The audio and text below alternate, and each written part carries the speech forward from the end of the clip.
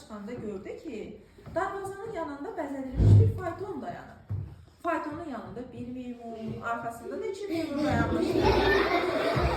Bəzi içəridə nəğmər döşəkçənin üstündə qiymətli daş-qaşla bəzədilmiş dəbdəbə ilə giyinmiş, başında dəvəquşu lələyə olan kimdir?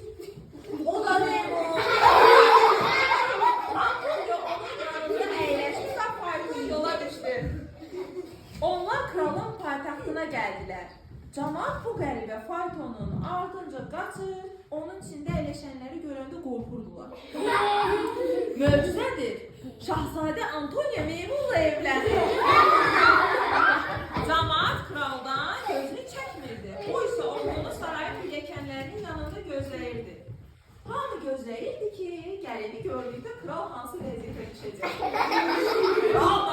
Kral idi. Özünü elə aparırdı ki, sanki meymunla evlənmək adicə bir haldır.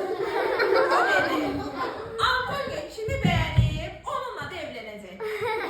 Kralın sözü qətidir. O, meymundan hədiyyəni, möhürləmiş mücrünü qəbul etdi. Qərarı aldı ki, hər iki mücrünü sabah, toy günü atsınlar. Meymunu gəlin otağına apardılar. O, tək qalmaq istədi.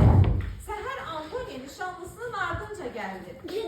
Otağa girəndə meymun güzgünün qarşısında dayanıb gəlinlik paltarını əynini ölçürdü. O birdən, bax gör mən gözələmmi? Deyib çevrildi. Antonio təəccübdən söz tapa bilmədi. Meymun sarışın, bir gözələ dönmüşdü. Uca boy, yaraşıqlı, iki göz istəyirdi ki, tamaşa eləsin. Antonio bir neçə dəfə gözlərini sildi. Qayıdır bir də baxdı, qayıdır bir də baxdı. Deyir ki, bu möcüzəyə inana bilmirdi. Hə, bu mənəm, sənin nişanlın.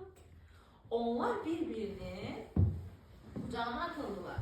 Bu zaman sarayın ətrafına xeyli adam toplaşmışdı ki, Şahzadə Antonio ilə meymunun toyuna tamaşa eləsinlər. Birdən gördülər ki, Şahzadə gözəl bir qızın əlindən tutub çıxdı. Hamı yerində donub qaldı. O biri meymunlar da yaxınlaşacaqdı ki, ağaclarda, damlarda, dirəklərdə, pəncərələrin qarşısında əyləşmişdilər. Gənclər onların yanına keçəndə meymunlar aşağı enib dövrə vurdular və o saat da insana çevrildilər.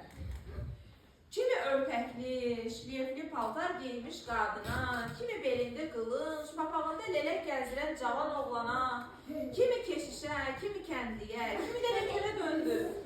Onların hamısı bəyləgənin ardınca düşüb kilsəyə tərəf getdilər.